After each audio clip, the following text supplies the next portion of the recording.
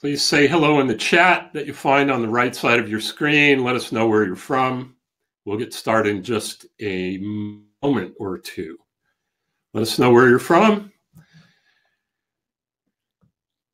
All right, lots of people coming in. Winnipeg, Nashville, Philly, Nigeria, UK, Saigon, Chicago, Wisconsin, Ontario. Love it. Say hi, everyone. Let us know where you're from. We're going to get started. Just a minute. Thailand, South Africa, Copenhagen, Kenya, Sweden, Finland. Awesome. Well, hi, everybody, and welcome to the webinar. I just want you to see we're here. We got a slide set and a bunch of great content for you. So welcome to the webinar. I'm super excited about being here today because I've got two of the music industry's most talented producers right here. And let me tell you, you're going to want to grab a notebook and pay attention because both Bobby Owsinski and Gary Gray have some incredible information that I think can make a world of difference in the way that you look at music production. My name is Dave Kusek, and I'm the director of the New Artist Model Online Music School. And my mission is to assemble the most amazing talent and teachers in the world so that we can help you pursue your dreams in music by learning from the very best. And let me tell you, you're in for a really special treat today. We're going to spend about an hour together, including a live Q&A session a bit later on. So type any questions that you have in the chat as we go along for either Gary or Bobby or me, and Chelsea Ira, who works with us. We'll gather them up and we're going to answer your questions a bit later on. Now, in today's webinar, you are going to learn how to create incredible professional quality recordings in your home studio, and more importantly, up the quality of the music that you're already creating. We're going to show you some really great tips. Bobby and Gary are both world-class producers, and they both worked with big-time clients and bands like The Who and 20th Century Fox, and they're going to share some of their most valuable music production secrets with all of us here today. And you're going to be able to go to your home studio or digital audio workstation and use these tips immediately. But before we get started with today's free session, I want you to know that we have two very special gifts for everyone who stays with us throughout the whole webinar. Bobby's agreed to give you a copy of his Mastering Your Songs in 6 Steps. This is an ebook that'll help you master your songs yourself and add yet another level of polish to your tracks. And Gary is going to give you a copy of his How to Set Up and Calibrate Your Home Studio Speakers. Now, both of these books are easily worth the price of admission here today, but you got to stick around to the end of the webinar to get them, okay? Now let's get started. I am joined today by Bobby Owsinski. Bobby has spent his career making music and learning from all the top mixers out there and taking their techniques and their tricks and tips and making them applicable in a small studio. And he's just an absolute master at whatever he does, and you're going to see that. Bobby's done production for a variety of legendary superstar acts, including The Who, Willie Nelson, Neil Young, Iron Maiden, the Ramones, a little band called Chicago, among many others. And let me tell you, he knows how to get a professional sound. Bobby has this way of taking concepts and techniques and making them very, very easy to understand and apply through books and online courses. And we're so lucky to be here today and have access to Bobby and his special brand of training. So stick around, get ready to ask him your questions. Ladies and gentlemen, please meet Mr. Bobby Owsinski. Thank you very much, Dave, and hello, everybody. Welcome. You are in for a treat today. There's a lot of information coming your way. There's a couple of things that I'm going to show you In the early days of my career, I wasn't a good mixer, but I knew a lot of the world-class mixers, a lot of the best people. So I went and I asked them how they did it. And they gave me all their tricks and techniques. And a couple of those I'm going to show you today. And of course, it came from people like Andrew Sheps and Dave Pensato, who you all know, Robert Orton, who's a newer guy who's doing Lady Gaga and Ellie Goulding, and famous Ken Scott and Elliot Shiner, and many, many more. They were kind enough to show me what they did, and I'm going to show you a couple of things that you can use immediately. One of the things that you should know is, yes, I've written a bunch of books, and you just saw some. Mixing Engineer's Handbook is one that a lot of people have, and I still mix. I recently had a number 2 on the Billboard charts, blues charts, and I also had a number 5 on the iTunes rock charts recently. And I got to tell you, whenever you get a hit, even if it's a minor hit, it's a thrill, and it doesn't matter how old or young you are. It's great. So I highly recommend it, and I hope this is the first step for you guys to go there as well. So that's enough about me. Let me introduce you to producer and engineer Gary Gray. Gary's been producing music for clients like 20th Century Fox, the Disney Music Group, Hollywood Records, and A&E, among many, many others. The cool thing is that Gary does all these big-time projects from his home studio that he built himself. He's a ninja, taking big production sounds and replicating them in his home studio. Can't wait to tell you all that he has to share, because I know that you're going to really like some of the tips that he has to offer. So, ladies and gentlemen, please meet Gary Gray. Thank you, Bobby. So first of all, to all the attendees today, I just wanted to say we really appreciate you sharing your time. I know you're busy, so that we can share our wisdom and our knowledge with you. And I'm really honored to participate. Now, I've been lucky to have some great mentors, throughout my career, and amongst them, Bobby, through his course, 101 Mixing Tricks, which you're going to hear a lot about today. So I started out when I was 10 years old. I built my first home studio, and I never looked back. So I've been doing this my whole life. And I'm the author of the book, The Home Studio Bible, and the creator of the lucrative home studio course, which I put together with Dave Kusek and Chelsea Ira. And you're going to hear a lot about that as well. Now, when I was 24 years old, I went to Hollywood from Cleveland, my hometown, to pursue my dreams like so many people in the country. And within 3 months, I was working as a drummer under Barry Gordy and Suzanne DePass at Motown. And my day gig was advertising and promotion manager for a Hollywood music magazine. So I was right in the hub of the industry, where I worked and lived for 20 years. And I'm now about an hour south of Hollywood. But I was lucky to have that balance, like Bobby, on the business and the music side of life. So my personal mentors have included people like Quincy Jones, Phil Ramone, Phil Collins, and I personally conducted over 5,000 hours of research in a multi-million-dollar studio on the difference between digital and analog technology, especially as it relates to home studios. And finally, I just want to say, I've been there. We've been there where you guys are, or have been, with the frustration of trying to get your sound in your home studio and not figuring out exactly how to do it. So before I turn it back over to Dave, I just wanted to say something about Dave Kusek, because I know he won't. He's very humble. But Dave Kusek himself is a major pioneer in the music industry. He helped bring MIDI to the music industry. He had the concept, and he was the founder, and he ran the Berklee Online School of Music for years. And this particular webinar today is just an example of his vision. It's a unique thing. I'm just so happy to be a part of it.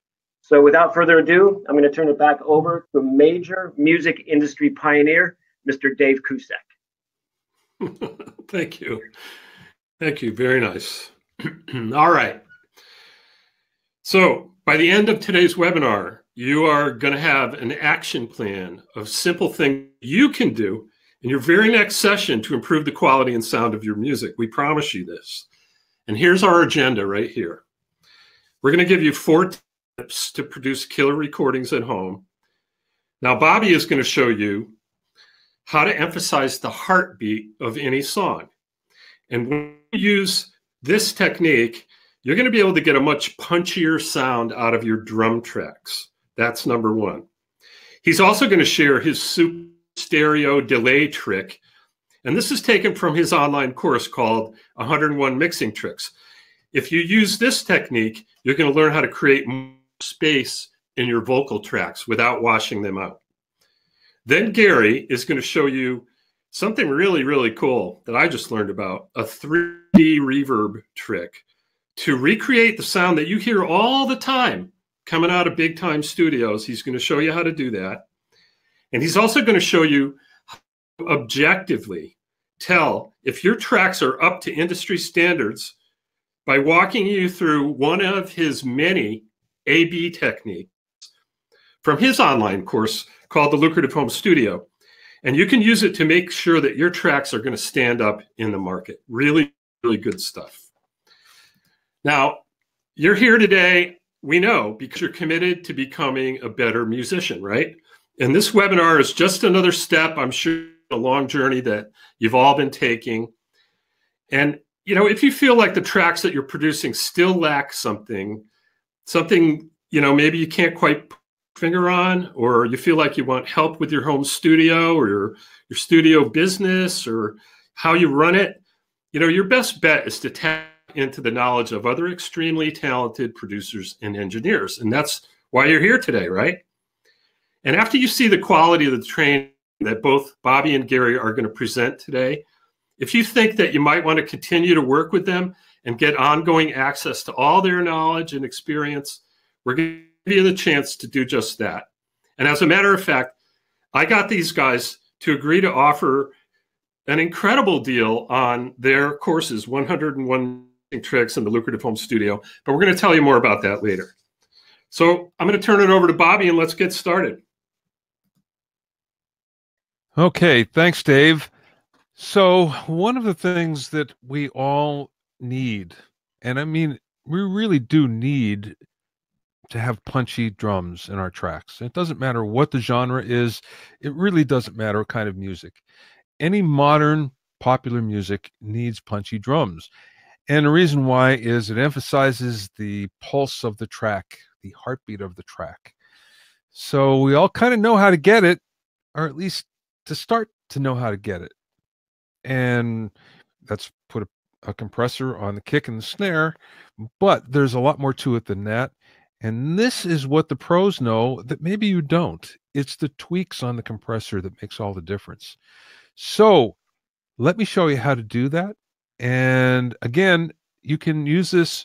I'm showing this to you in Pro Tools, but this will work on any digital audio workstation and on any compressor that has these controls.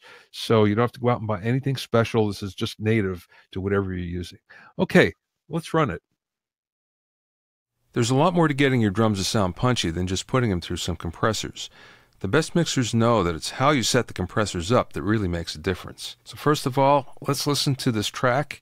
It has no EQ, it has no compression. All it is just the raw drum track.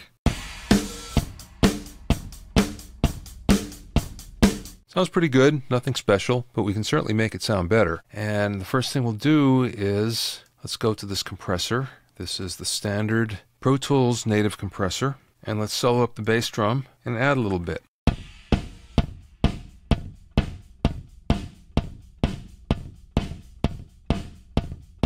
This isn't the best sounding kick drum, although by the time we're finished with it in the track, it's going to be just fine. One of the reasons why I wanted to use this track is just to show you that sometimes you are forced to work with tracks that aren't quite optimum and still make them work, and you certainly can. Listen to what we have now with 6 dB compression.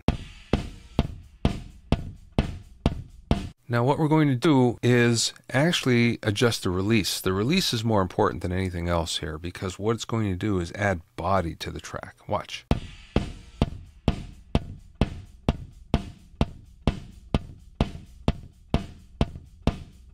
And if you take notice on the gain reduction meter, I'm trying to make it breathe with the track.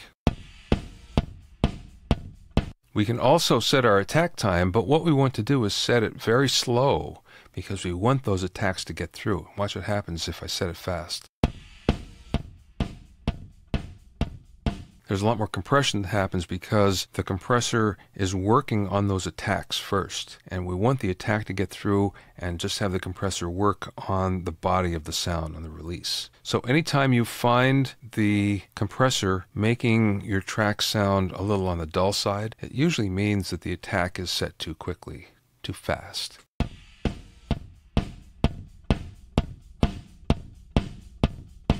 Let's have a listen to the track.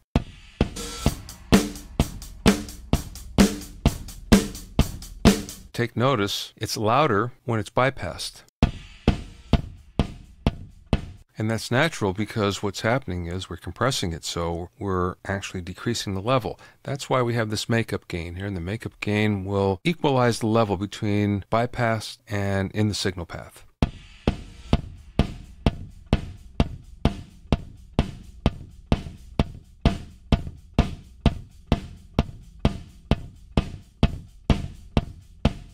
There we go.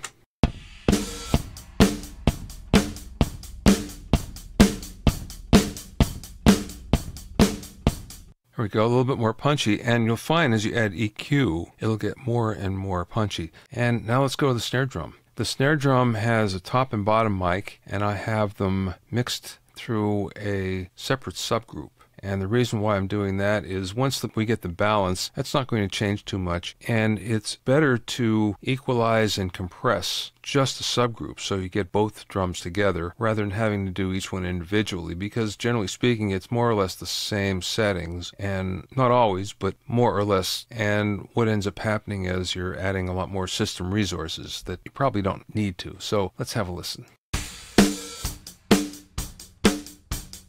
Okay, sounds okay. This was compressed during recording, you can tell. We're going to do it again.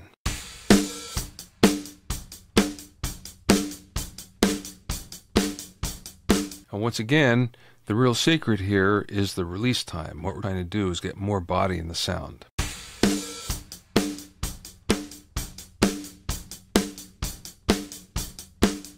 And you can see how it's breathing with the track now.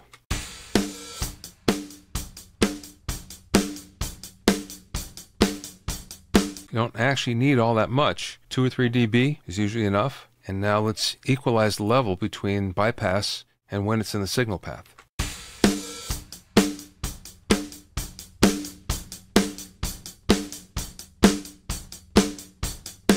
Now you can really hear the difference there. Listen to the track.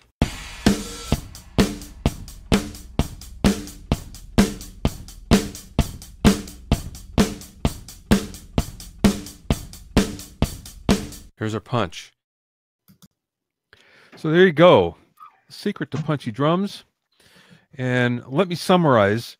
First of all, you want to insert a compressor on the kick and snare. And yeah, if you're going to do this, sometimes you're also going to need one on the hi-hat, believe it or not. Sometimes you need it on the overheads, and sometimes you need it on the toms that you have. So it's not that you don't need compression other places, because sometimes you might need it on a bus. Now, I'm not saying go out and throw compressors on everything, because that's not appropriate either, but sometimes you need it because you have hits that are not all equal, and that's what we're trying to get. But the whole thing is, if you want your drum sound to be punchy, you start with the compressor on the kick and snare. They're the heartbeat. Here's the secret, though. The ratio of compression, it has to be low. So somewhere around 2 to 1, 3 to 1 at the most. You can even go lower, 1.5 to 1, something like that. You don't need a lot of compression. You need a couple dB, 3 dB. Now, every now and then you might want to crank it further because you need that kind of sound. But most of the time you don't need too much to get this working the way it's supposed to work. And then finally, the whole trick here is how you set the attack and release. You set the attack slow so you get the transient to come through, and you set the release longer so it pumps with the pulse of the song. That's the whole trick. Now, finally, adjust the gain control so the level is the same when you're bypassed as it is when you're listening to the compression. The reason why is you want to make sure that whatever you're adding is actually helping the track and not hurting it. So after you figure that out, that, yeah, I'm adding this compression and it's really helping, then you can say, well, all right, now I can change the gain up or down or wherever you need it. But when you're doing that A/B testing, you want it to be as close as possible. All right. So now your vocals. How many times have you been in a situation where you add some reverb and it just washes everything out? You put it on a soloed vocal and it sounds great there. You put it in the track. No, doesn't work. Either it's not enough or it's too much.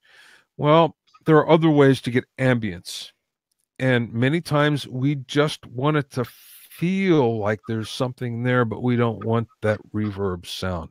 This is a great way to do it. This is being used more than you would think on any kind of record that you listen to, especially pop records right now. This is a very widely used technique. So here we go. Let me show you how to get ambience without the reverb wash. Okay, here's the super stereo vocal delay trick. And the reason why this is cool is because sometimes reverb doesn't work on a vocal. It just sounds too washed out.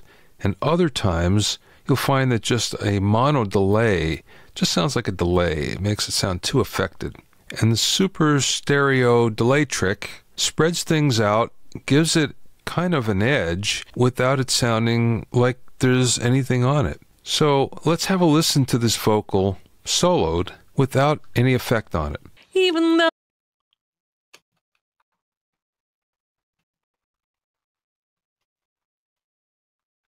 Hey, Bobby. Yeah. I didn't get what he said. Should I come out completely and go Yes. back in on the link? Yes. Yeah. Okay, good.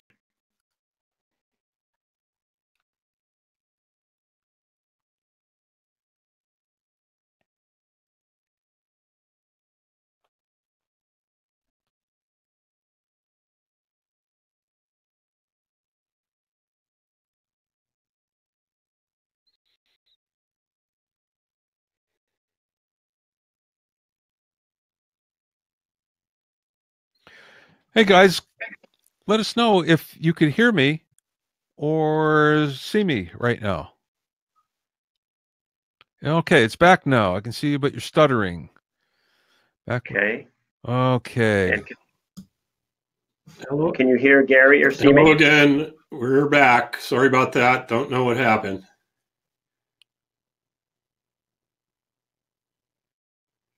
Okay, we're going to restart the vocal delay video, and fingers crossed it's going to work. Yeah, hang in there, everybody. We'll get it working. Okay, here's the super stereo vocal delay trick. And the reason why this is cool is because sometimes reverb doesn't work on a vocal. It just sounds too washed out. And other times you'll find that just a mono delay just sounds like a delay. It makes it sound too affected. And the super stereo delay trick spreads things out, gives it kind of an edge without it sounding like there's anything on it. So let's have a listen to this vocal soloed without any effect on it. Even though you don't say much, I feel like I can tell. You're just about done and you had enough of living alone in your self-made hell. Now, what we're going to do with the stereo delay trick is we're going to put a different delay time on each side. And in this case, what I've done is I've put an eighth note delay on the left side, and I've put an eighth note triplet delay on the right. Now, that's kind of the key. We're putting everything in time, but we're also making sure that there's different times on both sides. And everything is timed to the track. In this case, it's 74 beats per minute. So what I'm doing is I'm timing everything to 74 beats per minute. And actually, Pro Tools does that quite nicely. All you have to do is put the tempo in, and it will figure that out for you. Now, the other thing is it's always nice to have either a triplet on one side or a dotted note delay on one side. And here's what happens when we actually listen to this, again soloed. Even though you don't say much, I feel like I can tell. You're just about done and you had enough of living alone in your self-made hell. Now what ends up happening there is it spreads it all out and gives it an affected quality, but yet it still keeps the vocal in the middle, which is what we want, and it just makes it feel a little more present. Let's listen in the track. Even though you don't say much, I feel like I can tell. You're just about done and you had enough. Okay, I'm going to play it again without the effect, then I'm going to put it in as well. Here we go. Even though you don't say much, I feel like I can tell. You're just about done and you had enough of living alone. In this case, it's very subtle, but what it does is it does give the vocal a different feel. It does give it a more polished feel. Now, if we want, we could turn this up as well. So let's listen with it a little louder. Even though you don't say much, I feel like I can tell. You're just about done and you had enough of living alone in your self-made hell. It sounds pretty good, actually. Once again, let's listen soloed. Even though you don't say much, I feel like I can tell. You really notice it there, but you don't notice in the track. Even though you don't say much, I feel like I can tell. It doesn't sound affected at all. It just sounds more polished. It sounds smoother. Now let's try it with some different delay times on it. So once again, what I have on the left side is a 16th note delay. It's 202 milliseconds, and on the right side is a 16th note triplet at 135 milliseconds. And let's change this to 8th notes. Have a listen. Even though you don't say much, I feel like I can tell. And of course, it's a lot more dramatic when we do that. So let's listen in the track. Even though you don't say much, I feel like I can tell. Let's bring that down because it's a little too dramatic. Even though you don't say much, I feel like I can tell. You're just about done and you had enough of living alone in your self-made. It's actually a good example. Just about the time we begin to hear it in the mix, that's the perfect level. If we hear it too much, then we've added too much. In other words, if we hear it distinctly, then we've added too much. So what it does is it gives the vocal presence without it seeming washed out and without it seeming affected. And sometimes this is the best thing that you can do in a mix. Okay, so there you go. First of all, I want to apologize for any of the problems that we're having. We're doing our best to overcome the technical difficulties, so hang in there with us. And I appreciate you all because you have. But anyway, so this is a very cool trick, as some of you noted, something that you can use all the time. And I'll give you a brief summary. And actually, I'm going to answer one of the questions here, and that's where do you actually insert this delay? Well, it can go one of two places. You can insert it right on the vocal channel if you want. I like to put it on its own aux input and then send from an aux send. And the reason why is sometimes you just, maybe you have a stereo or you have a double vocal. You want to send both tracks to it. Or maybe you want to send other things to it. So that's why it's a good idea to do it that way, but it's not super important that you do it that way. Here's the whole trick. So it's a stereo delay on one side. You set it for quarter or eighth note. So in other words, you're setting it to time to the track, either a quarter note or an eighth note delay. You could even go to 16th note if you want. And then on the other side, you make it a dotted or a triplet note. That's the whole secret. You know, if they're identical, it doesn't really do you much good. The whole trick is they have to kind of beat against one another, but do it in a sympathy with the track. So that's the way you do it. And then finally, feedback, a couple of repeats. That's all you want. feedback changes with every delay, so I can't say 10% because 10% in one delay might be different on another.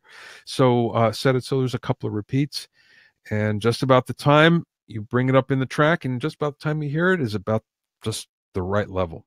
So there you have it. This is the Super Stereo Delay tip, and these are from what I just showed you are from 101 Mixing Tricks, which is one of my online courses. So with that, if you like that, Gary has a couple of tips that he's going to share with you as well. So Gary, come in here and show us what you got. All right, Bobby, thank you.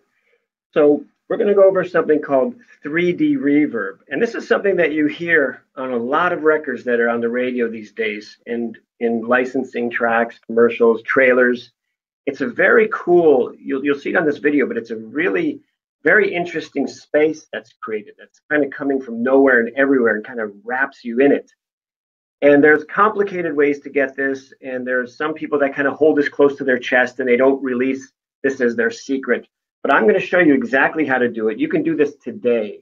I've created a very simple process by which you can do this. And you can use it with even a free reverb, which I show you on this video, that can be used in any DAW. So let's go ahead and let's check out 3D reverb. All right, in this video we're going to look at 3D reverb. Here's an original track that I'm actually in the middle of working on. Here we have lead vocal, we have background vocals, we have horns, we have drums, drum 2, electric guitars, acoustic guitars, bass group 1, bass group 2, and effects. All right, we're going to apply 3D reverb to a slide guitar track. I'm going to highlight it right here. And you can hear this track as it moves along. And what you'll hear with this track is these particular highlighted slide guitar tracks dry, without any reverb or anything. So let's listen to these.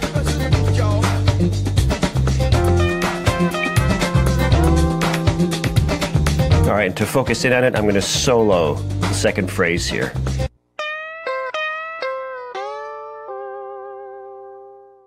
All right, excellent. So here's how you put together 3D reverb. I'm going to add an effects track or an aux track, which is mono, and some DAWs would be like an aux track. I'm going to name it 3D reverb left. Bring up an EQ, create a bell curve, cut out the lows and the highs, and then we're going to add a reverb. Now I just got a free reverb. I'd never used this before, and it's free. So this is something you can do in any DAW because you can use this reverb called Proto-Verb. Let's go through the factory presets. And here, thick butter verb. 0, dry, 100% wet. That's key. All right. Now, I'm going to color that, make sure everything's organized. It's red. And now I'm going to duplicate this track. So I have 2 of them. And I'm going to name this one 3D reverb right. The reason is we're going to pan 3D reverb left, hard left, and pan 3D reverb right, hard right. All right. And now we go back into the slide guitar track and we send. We're doing send returns. We send to the 3D reverb left and we send to the 3D reverb right. What's important is here, I'll circle this, is that they have to be the same amounts being sent, same volume in both. So we now have regular reverb set up. We haven't done the final step. So that's our guitar with regular reverb. Now I'll turn it off. Let's say it's dry, just so we have a comparison. That's dry. All right, let's listen to it wet again with regular reverb. Turning both on.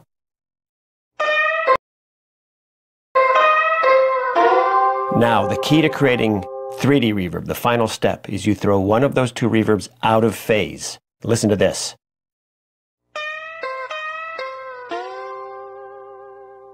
Is that cool or what? That reverb sounds like it's coming from everywhere and nowhere. It kind of wraps around your head. So let's listen to this again. That's regular reverb. Listen to 3D reverb.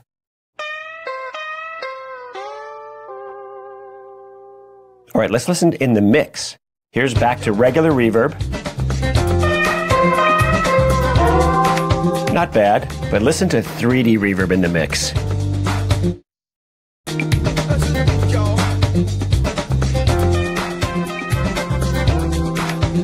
That is so cool. I've got it turned up extra loud so you can hear exactly what I'm doing. I'd have it a little lower in there, but this shows you exactly in a simple way how to do 3D reverb in any DAW with a free plugin. So was that cool or what? I can see from your comments in the chat that you guys are seeing that and hearing it too. It's an amazing technique, and just to summarize it, you basically set up a mono, AUX, or effect track, and then you insert an EQ, you cut the lows and the highs like a bell curve, and then you insert a mono reverb, 100% wet. It's got to be 100% wet, 0% dry, and then you simply duplicate that mono AUX track, and then you hard pan one to the left, you hard pan one to the right, and then the secret is you reverse the polarity or the phase on one of those AUX tracks, and voila, you've got an incredible 3D reverb. So have at it, you guys. And this is something that you can do right now, and you can even use the reverb there, the Protoverb, free online. All right, we're going to go to tip number 4. And this is an easy way to improve the quality of your tracks.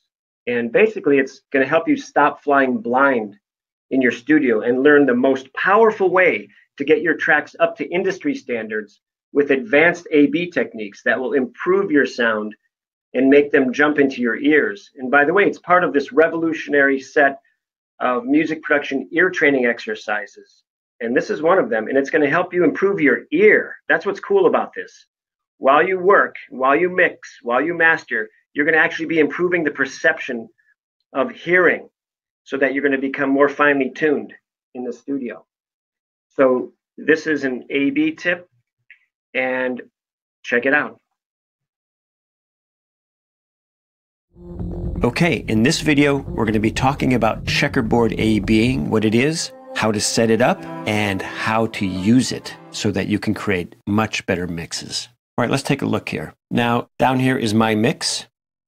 And in order to create a checkerboard A/B, we're going to route my mix to an AUX or a group or submix called My Mix A/B. Up here, we have your reference track. We're going to route that to its own submix or AUX called reference A/B. We set up the session for mute automation on those two tracks on Snap to Grid. Let's take a look at this again. Down here is my mix. My mix gets routed up to a submix called My Mix A/B. Okay, there's a reference track that you have. You import it into your session, and you route that to a submix called reference A/B. Those two tracks, reference and My Mix, are set up for mute automation, Snap to Grid. All right, so here's the session. Down below, here's the mix. You can see all the tracks, and we're going to take a listen here for a second. This was a track, it was commissioned by Megatrax, and it went on to be distributed by EMI Production Music, London. Okay. Now, here's how to set up your checkerboard A/B with mute automation. I'm taking the reference A/B submix, and in 5-second increments, right on the grid, got it set to seconds rather than beats, I'm creating an on-off mute automation. Now I'm going to do the opposite, a mirror image of that mute automation on the track that my mix is routed to, called My Mix A/B. So when the reference is going on-off, my mix is going off-on. So one is playing at a time. And you can actually be efficient with this. You can set up a template. I set up a template, but I'm just showing you how I did it. You can copy and paste the automation, which I'm doing right here.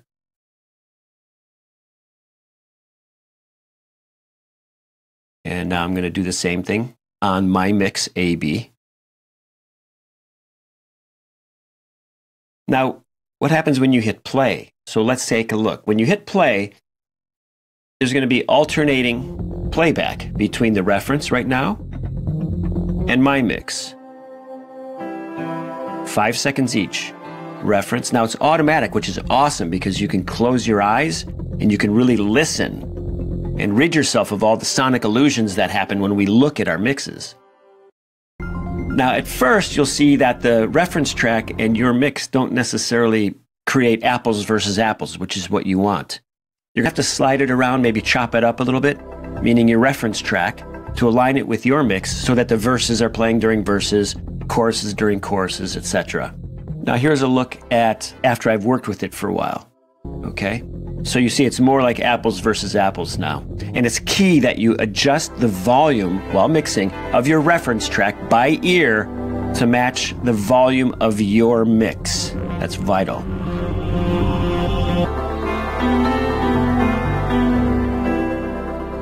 Now, let's take a look at this in Logic. Same session, I'm setting it up in Logic. And what's really important here is snap automation. See this?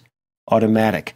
That's very important in Logic. Some people start to set up their mute automation in Logic and they can't get it to snap on the grid, and it's a real sloppy sort of, non-precise checkerboard. And here again in Logic, just so you can see, you can copy and paste the automation. And here's Pro Tools. And every DAW is capable of doing this. Just wanted to show you that, so don't think that you can't do this in your DAW. They can be done in all DAWs. You just got to figure it out. And here's Pro Tools. And now we're going to My Mix on the bottom. Once you have it set up, then you can then move around that reference track, as I said. Now, checkerboard A/Bing is both an amazing tool and a process. The number one thing to know about and remember about checkerboard A/Bing is it's a discipline. It can immediately help you identify and solve your previously unknowable errors in mixing and mastering. Ever felt this way? How can I break through to the next level of music production when I can't hear what I can't hear? Now, checkerboard A/Bing raises your confidence and is the foundation of all of my music production ear training exercises. Now, here's the proof. The A/Bing, of course, absolutely amazing. That's really wild. I mean, like with my favorite tracks, I suddenly started hearing sounds, and I've been listening to this stuff for like 20 or 30 years, that I could swear that they weren't there before, right? And I go like, but it's right in your ear. It's right there. It's actually annoying, right? Stuff like that. So that's actually wonderful. I'm doing this thing, doing it every day. I go on the train during the winter. So I've got like the stuff on my phone, and I've got headphones on, and I listen to them every morning. And then it's wonderful, like listening to something else after that, like whether it be classical music or pop music or whatever, you kind of go like, wow, like this whole new universe of sound that you weren't really aware of before. It's like a veil being lifted, and it's so clear now. So to summarize checkerboard A/Bing, I'll just say this. I remember watching and I still do, like Bobby Owsinski's 101 Mixing Tips and his books and all that. And I always think to myself, there's things that I can't hear that he's hearing. And the more and more I did things, the better my ears got. But it took so long. So basically what I wanted to do was create something for myself, and which I did. And I just shared it with people because it worked so good, which was something that could help me improve my perception of hearing while I mixed, while I mastered. It took, years of trial and terror to figure it out, but here it is. So I'm really excited to share this with you, and I want your mixes to be great, every one of them. I want you, more importantly, just to be confident and to increase your perception of hearing, because that's what we do, and that's our biggest tool. And I always say, use your ear, not your gear, as a priority when you mix. Well, this will help you improve your ear and improve your perception of hearing. Good luck. So how'd you guys like that? See, this is one of the ways that I was able to fight through my years of trial and terror and figure out how to objectively listen to my mixes and know where I stood exactly in terms of industry standards and radio ready. So to summarize this, there's 5 seconds of your mix, 5 seconds of the reference. Make sure you check the volume of your reference against your mix by ear, not by your gear. The key on this is that there's no silence or no physical motion in between. And per my research, that's where I found A/Bing to be the most effective. Now, here's a secret that I want you to take away with you from today's webinar for sure. Take this AB automation, where you do mute automation, and export your file. Take that file and listen to that in your car, at your buddy's house, in your kitchen, wherever. And you will know exactly where you stand and what you need to adjust. So if you have any questions on any of that, type them into the chat. I know you guys have them, which is great. And I'll be back in a little while to answer them. For now, back to Mr. Dave Kucek. Awesome. All right, everybody, there you go. For awesome music production tips you can use in your next project to improve the quality and the sound of your tracks. Sorry for the technical problems. We're probably going to go a little long today, so hang in there with us for a little while longer. But let us know in the chat how you're liking the webinar so far. And if you have any other questions, type them in. Chelsea will queue them up, and we're going to answer them shortly. Hey, here's an example of why it's so important to learn all the different ways you can A/B your tracks, because when you don't do it, this is what happens. This is also true for all the mixing tips and tricks that Bobby has in his programs, and for the ear training exercises that Gary teaches in his programs. And they're going to both talk more about that. But for a few minutes, let's visit why are we here today. Many people feel stuck and unsure how to reach the next level in their mixes and their projects. And, maybe you're there. Maybe you're here because you want your tracks to sound more polished, or you want it to sound like it should be on the radio or on Spotify next to the songs that come out of the $1 Million Studios, right? You're looking for depth and clarity in your productions, and some of that stuff is just elusive. That's reality. And it can be overwhelming, we know, to try and figure everything out on your own. But you know what? The worst thing you can do is stumble around and waste your time trying to find YouTube videos and figure all this stuff out without somebody to put it all together and guide you. There's so much crap out there, it's hard to tell what's really going to work and what is not. And so that's why we teamed up today. That's why we're here, to give the opportunity to continue learning from Bobby and Gary and learn what you've learned here today. We want you to tap into their collective knowledge. Think about this and experience, and really up your game. And to do that, we're going to do something that we've never done before. Both Bobby and Gary offer really excellent training programs on their own, but because you're here right now, you could get both Bobby's 101 Mixing Tricks course filled with all the mixing tips you're ever going to need, and Gary's Lucrative Home Studio course, which covers everything from mixing and mastering to organizing and optimizing your home studio, to finding clients, to pricing your services, and to improving your ear, the ear training that he alluded to. And this is a webinar exclusive deal that you can get today only. All right, so let's really quickly go inside Gary and Bobby's courses so you can see what they're all about. Bobby? Yeah, thanks very much, Dave. Okay, 101 Mixing Tricks. I've collected these tips and tricks and techniques for a long time to use for myself in my mixes, and I figured if I wanted to know these tricks, then probably everybody else did as well, and that's kind of the case. Here's the thing. All the techniques can be used on any digital audio workstation, or even if you have a console, be it analog or digital, work, doesn't matter. You don't need expensive plugins for this stuff to work for you, and again, it'll work on any kind of music. So whatever the genre, it's going to work just fine. The 101 Mixing Tricks program consists of 5 modules.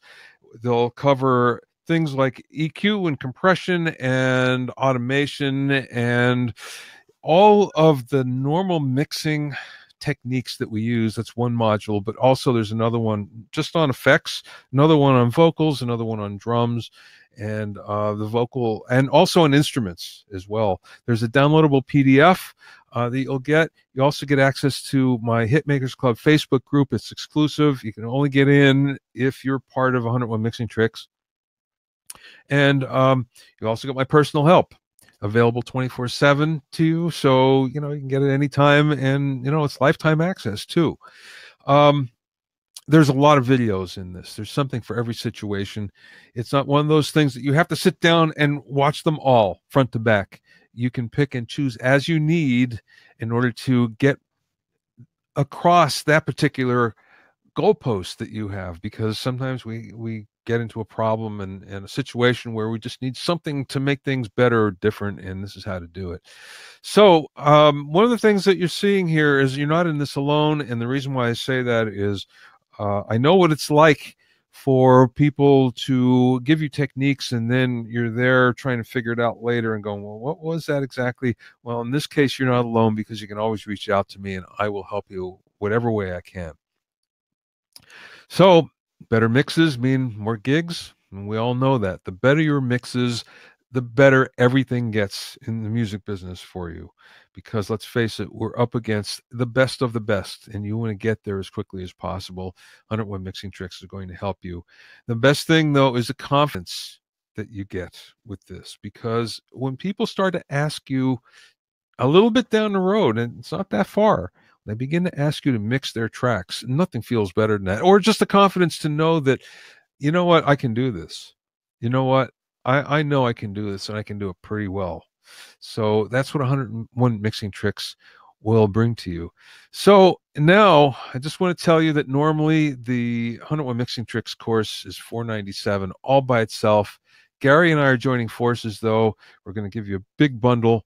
So let me turn it over to Gary so you can see inside his course, The Lucrative Home Studio. Thanks, Bobby.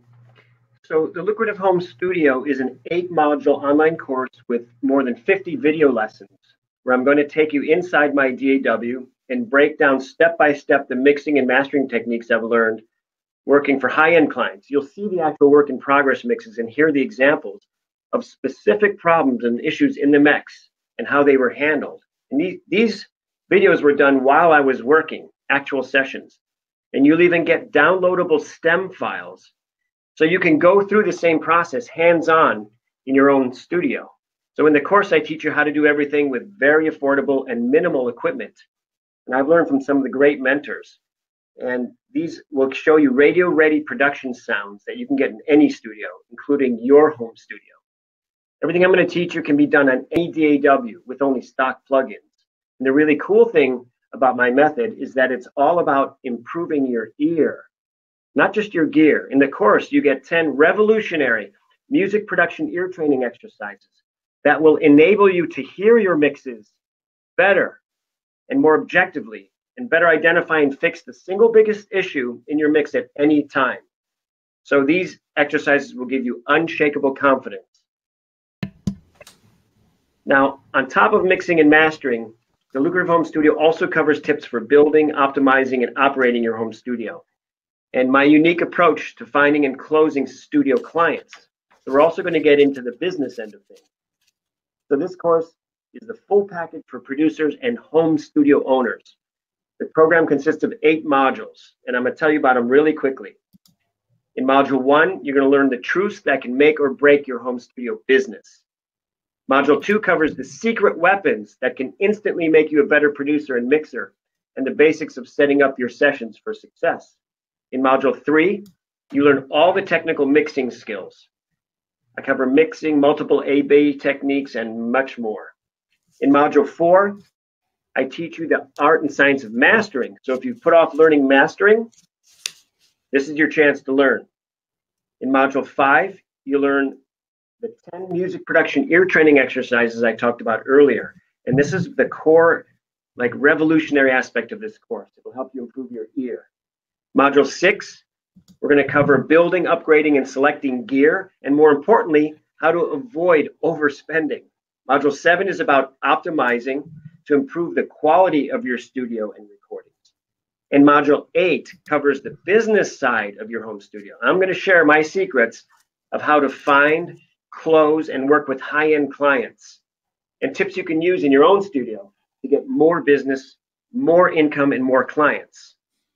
So normally the Lucrative Home Studio sells all by itself for $795, but like Bobby said, we have a special discount for you and a chance to get both courses at an amazing price. So Dave is now going to tell you about that right now. All right, everybody. Because you're here today, you can get 101 Mixing Tricks plus the Lucrative Home Studio with over 150 lessons combined. But more importantly, you're going to get access to both Bobby and Gary. You know, there's a reason why these guys have taken time to learn from mentors like Elliot Shiner and Ed Cherney, Ken Scott, Phil Ramone, Quincy Jones. You know, when you tap into the knowledge and experience of a mentor, you drastically shorten your learning curve, and you learn from somebody else's trials and mistakes, and you can plug right into their solutions. And that's what it's all about. So go to newartistmodel.com/deal and check out what we have for you. You know, if you were to buy these two courses individually, you pay over $1,200. But because you're here right on the webinar right now, you can get both courses for just $597. But this price is for today only. And that's a crazy 55% discount that I got these guys to agree. And it's good for today only. You know, as soon as the clock hits midnight tonight, the price is going up. And sure, you're still going to be able to sign up after that, but you're going to pay a lot more. You won't get all the bonuses we have for you. I'm going to tell you about in just a minute. You know, it took a lot of convincing to get these guys to offer their courses at this kind of price. So you want to jump on this if you can. When you sign up, you're going to purchase both courses together at one price. We'll send you login info to your email address. You get immediate and lifetime access to everything, including all the bonuses. Everything is self-paced, so you can go through the courses one at a time or together. You can jump around. It's completely up to you. Now, you know, $597 is a lot of money, but consider this. That's a lot less than what many of you spend on gear and plugins. I mean, I know Gary has told me stories of his students who've tallied up their plug-in spend alone, and it's many thousands of dollars. And honestly, none of that is going to give you the confidence and knowledge that you'll get from these courses to work with any gear, in any studio, in any situation. We have a 100% money-back guarantee. If you feel that it doesn't meet your needs after 30 days or before 30 days, no, you can have your money back, no questions asked, okay? You have no risk to check this out. Now, we're going to take your questions in just a second, but I want you to see right here what other people have to say about working with these guys. See how Marjorie feels in just 4 weeks after working with Bobby, just 4 weeks. She thinks, you know, her tracks are sounding amazing and professional, and she's making so much more progress. And longtime producer Rob added new tricks to his arsenal, and he's not turning back. This is not just for beginners. Or Jay here. Jay was able to improve everything and actually got his tracks placed on the A&E TV show Born This Way after working with Gary. And I mean, just imagine if that happened to you, to turn on your TV and hear your own music. Or Liz here, talking about how working with Gary literally changed her life. Now, I hope you can see just how excited we are about this opportunity. And like I said, we've never offered anything like this before.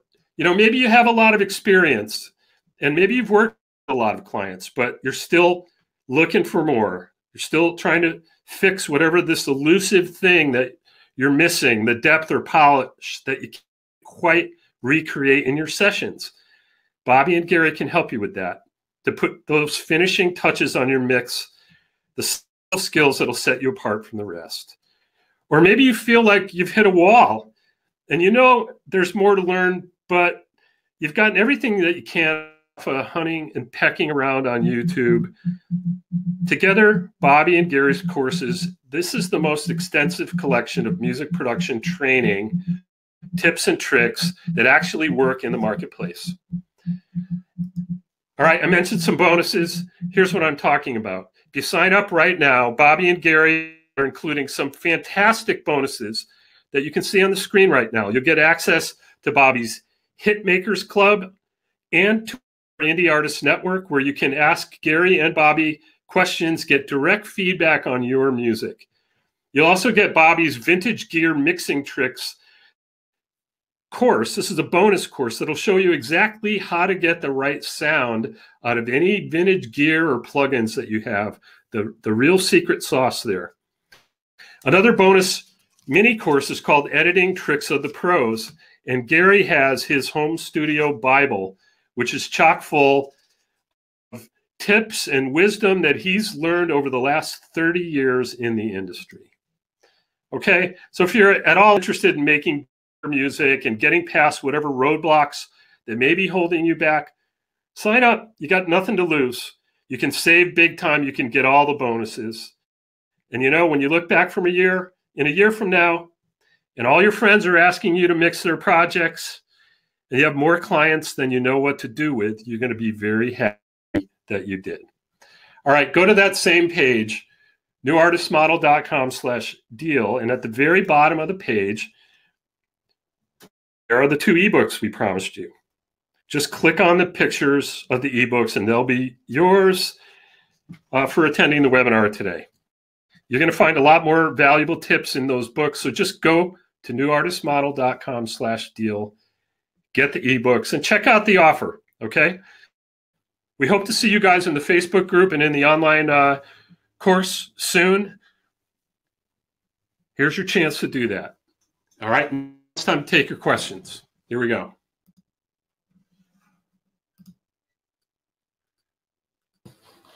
All right. All right. What do we got, Thanks Chelsea? for sticking around. Okay. All right, we got a ton of questions. And so sorry for the technical problems, folks. We did our best, and thanks for hanging in there with us. Yeah, let's try to power through as many of these as we can. Aaron asks, he's all right, Chelsea, you got some questions ready? Can you hear me? Yes. It is $597 American, and right now there's no payment at that price. I'm sorry, that's just too good of a deal. Okay, so Aaron says, Chelsea, have we lost you? No, I can hear her. I can see her. Can anyone out there see Chelsea and hear Chelsea? hello, anyone hear me? Yeah, I can hear you. All right, so Chelsea, what kind of questions you got? All right, Aaron asks, he's been playing around with how songs sound on phones. Is there an EQ setting on the master that you can use to hear how it will sound, or a chain that's recommended so I can get an idea of how it will sound on a phone before I bounce it? I'll take this. Boy, I wish I can remember what the software is, but there's there's 2 that are out there. One I think is from Mastering the Mix, and another one is from Audified, I believe, that will simulate that. So you put it on your master bus, and it will simulate the sound of a phone, and it will simulate the sound of computer speakers and NS10s and all that stuff. You can try that. Frankly, if you talk to any of the mastering engineers, I'll tell you that they don't ever monitor that stuff anyway. They figure if on their speakers it sounds great, it's going to translate, and it usually does. All right, cool. Could you suggest headphones for mixing and mastering? Is it even realistic that I could get quality mixes and masters from headphones? Gary, you want to take this? Sure. I mean, there are so many, good headphones on the market. One thing that I try to tell my students wherever possible is to check your mixes with headphones. But to mix exclusively in headphones can be a little iffy sometimes because you want to know how it's sounding in a room. But to answer your question, I mean, I use a relatively inexpensive set of headphones, which are the DT770 Pro. And these, you can look them up online. There's a lot of headphones though, and the main thing that I'm gonna really address this question with is that with these courses, you're gonna be able to actually tune your ear and not worry so much about which headphones you get. As long as they're decent, really they're gonna work. I can go into any session in any studio, and as long as those headphones are working, I'm good to go. And that's where I wanna see you. Okay, yeah, let me just jump in here real quick. So, I don't mix on headphones, but the ones that I do like the sound of are the Sennheisers, the HD 650s, and if I had to, I could probably work on those. That being said, I'm not wearing them now because they're open ear and it wouldn't sound good over the microphone. So instead, I use these AT 50Xs, I think. Would mix on them though. All right, we got a question from Keith. It's addressed to Gary, but if you have any input, Bobby, go ahead and add it in. Really keen to get over the challenge of lower ceiling space, 2.3 meters in a home studio. What are your thoughts on dealing with that kind of space? And what were the specs that he said? It says 2.3 M, so I'm assuming 2.3 meters. And somebody translate that meters into, do you know, Bobby, how many feet that would be? It's about 8 feet. About 8 feet. And say the question again, Nels. Yeah, so he wants to know if you have any advice on getting over the challenge of having a lower ceiling height in a home studio. Ah, okay. Well, one of the things that really can help you is, the checkerboard A-being technique that I went over with you. And that is, once you get used to your room, regardless of the size, as long as you don't have anything crazy going on inside that room, like dishwashers or just crazy noises. I mean, as long as your room is relatively quiet and you have about 50% absorbing materials in your room and about 50% reflective materials, which is a good kind of rule of thumb, regardless of the height of your ceiling, if you're A-being and checking your mixes carefully against reference tracks, and especially with the checkerboard A-being where there's no motion and no silence in between, your ear is going to get so finely tuned that you're going to be able to, once you're comfortable with your room and you become familiar with it, you're going to be able to nail mixes and have them be radio ready and right in the ballpark of radio ready, an industry standard. Let me just add a little bit. If you're trying to record in a room with low ceilings, that could be a problem. If you're mixing, it's different. Mixing, you can get around it, and ceilings aren't too much of a problem. But recording, you really want higher ceilings if you can. The reason why you're going to get a lot of splash, especially like drums, you get a lot of cymbal splash. It goes off the ceilings and comes back down, and it doesn't usually sound very good. So therein lies a big problem, and that's why you usually don't use room mics in a room with very low ceilings, because it just doesn't sound that good. However, for a mixing or a listening space, it's not too much of a problem. 8 to 10 feet is about normal. All right, Johnny says, I have severe tinnitus and I can't hear anything above 12K. Is it still possible to mix at a professional level?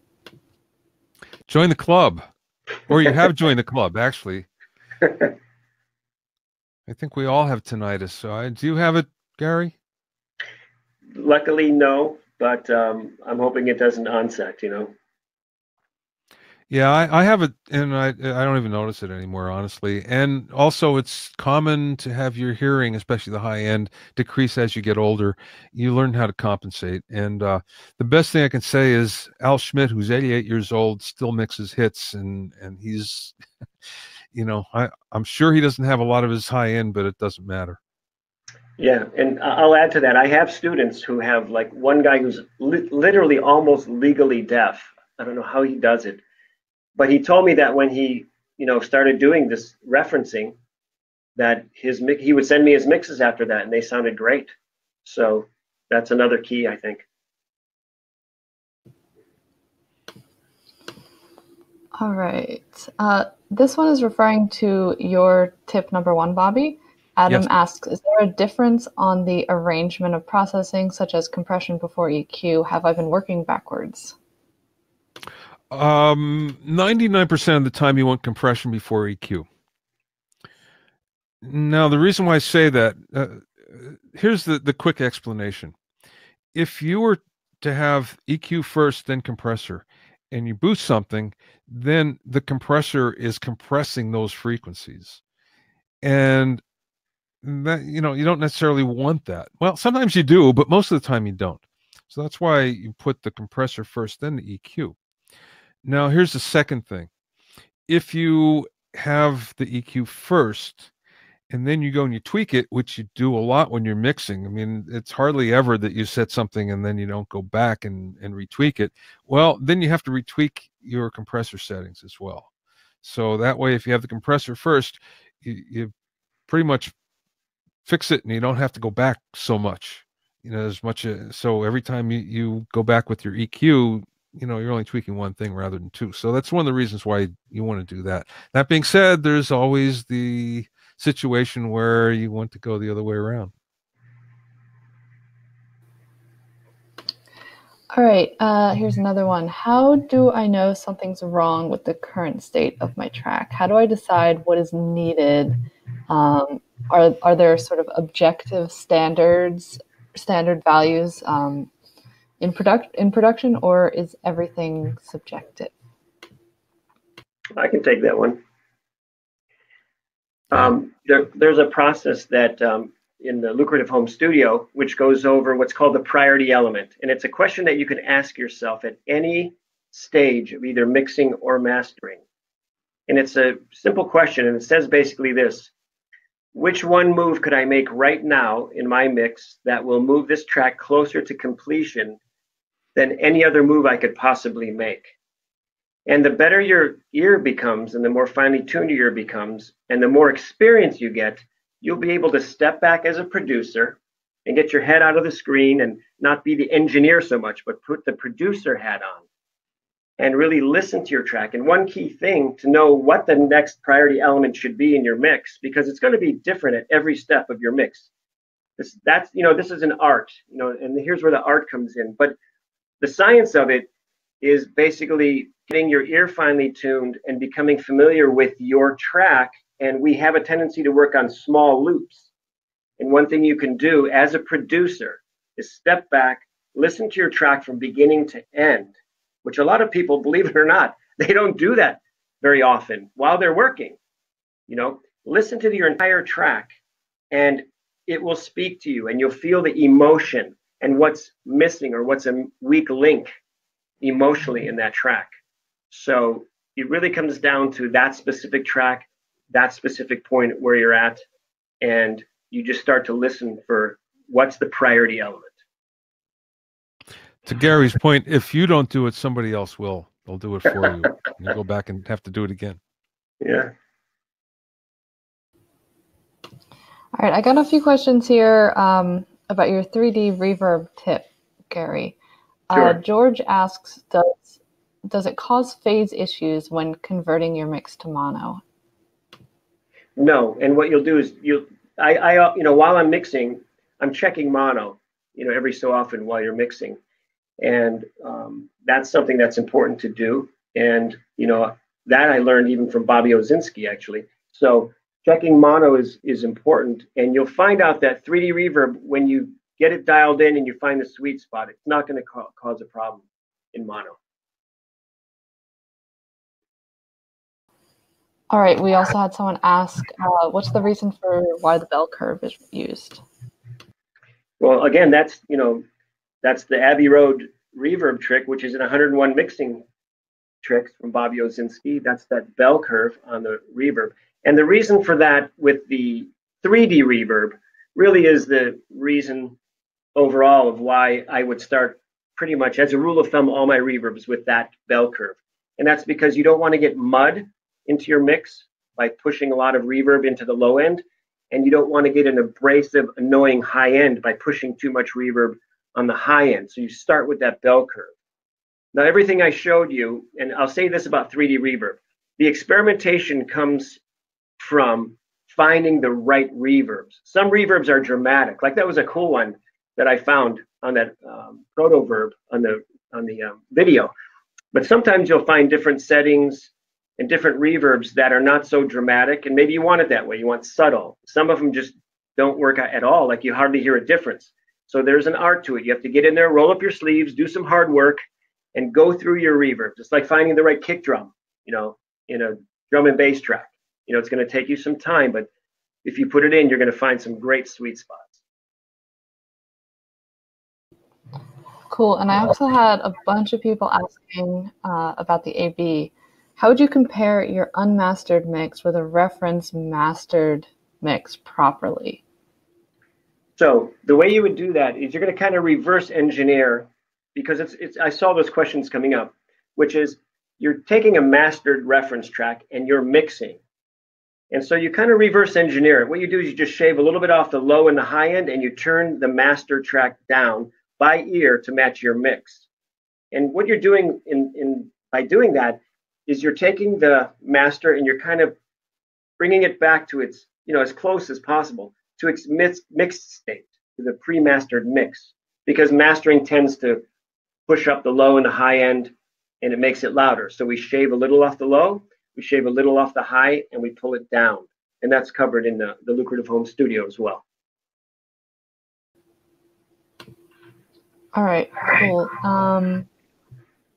Rob asked if you guys could go over a few problem frequencies that are kind of commonly known as problem frequencies and techniques to remove them in the mix.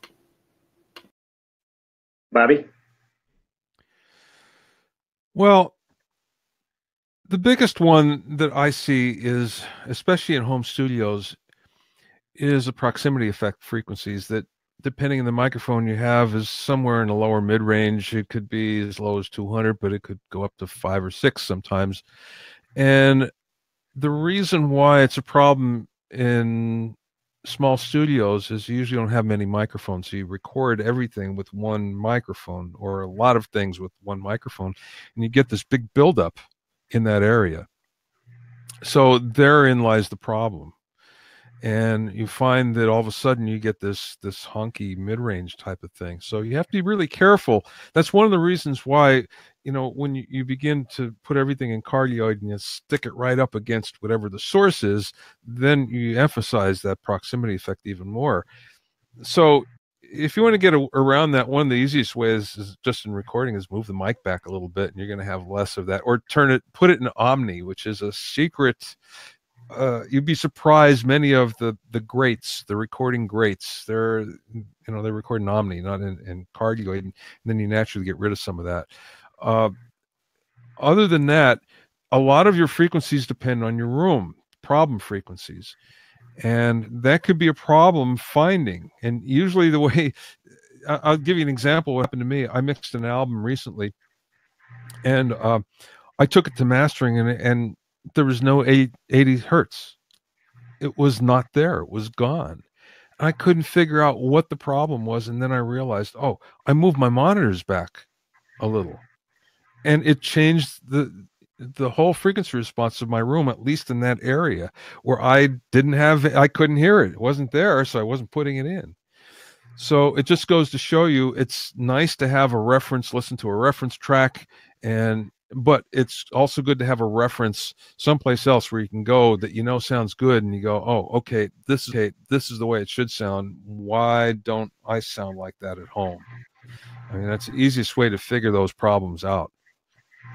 Gary? Yeah, I concur 100%. Yeah. All right, we got time for more questions? Sure. All right. I think this one is referring to your stereo delay trick, Bobby, but I'm not positive. How does the delay trick influence the perception of positioning of the instrument front to back? How to set it up to get a close feel while still having that sense of space? Well, I'll answer this by also answering another question that I saw about panning.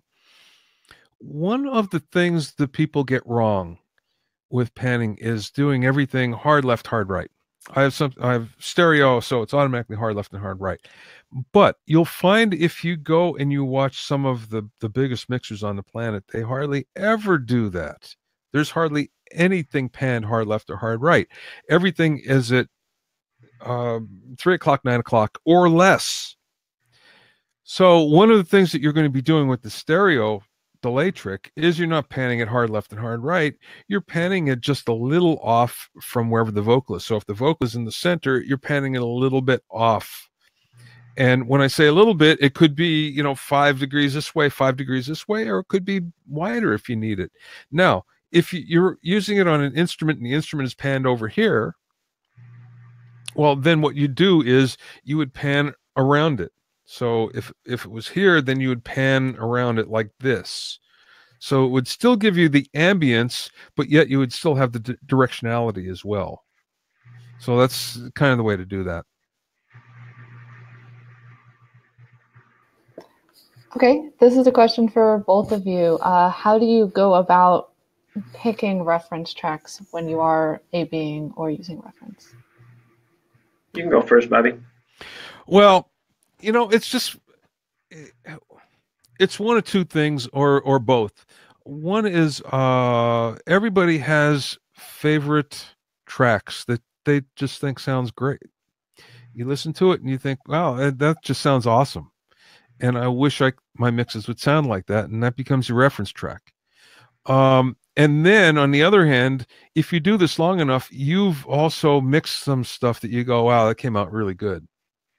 When it's all said and done. And that becomes your reference track. So it's both of those, but it really comes down to your taste in what you think sounds good.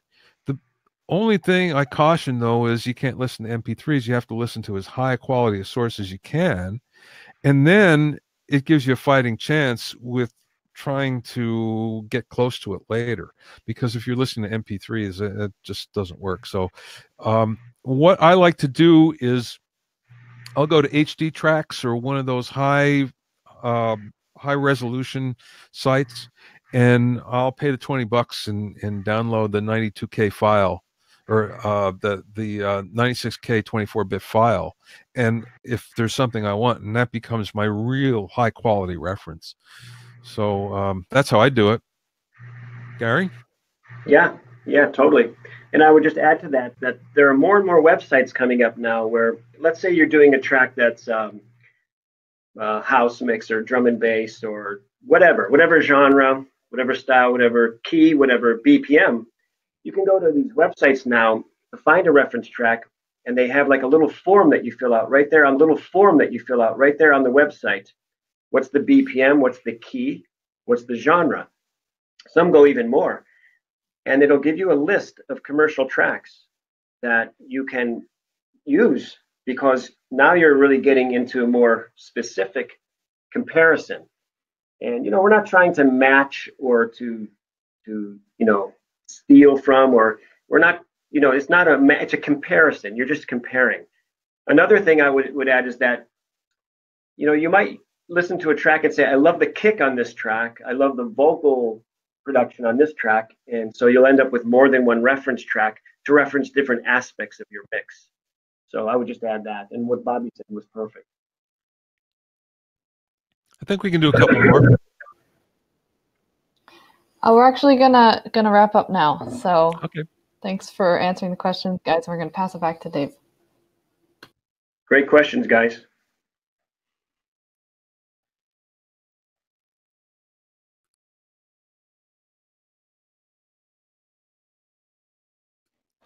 Dave, passing it back to you, buddy. Okay. So everybody, your free ebooks are at newartistmodel.com/deal. Go to the bottom of that page and you'll get this Mastering Your Songs in 6 Steps, and you'll get Gary's how to set up and calibrate your home studio speakers. And I want to thank you all for coming. We're going to end the webinar now in a couple of minutes, and I want to thank everybody who signed up for the program. Thank you very much. We look forward to working with you guys. And remember, that this deal and all the bonuses are only available till midnight tonight, and then the price goes up. So go to newartistmodel.com/deal and sign up now while you still can, okay? You get an incredible deal on these 2 world-class music production training programs.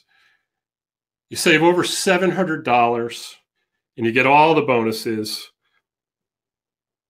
So thank you very much for We had a blast sharing these tips and tricks with you. We will send out a replay to everybody. Sorry for the technical difficulties. And thank you all for coming. I hope you enjoyed the show, and we'll see you next time around. Thanks, everybody. Thanks, Gary. Thanks, Bobby. Thanks, Chelsea. Thank you. Take care. Thanks, everybody.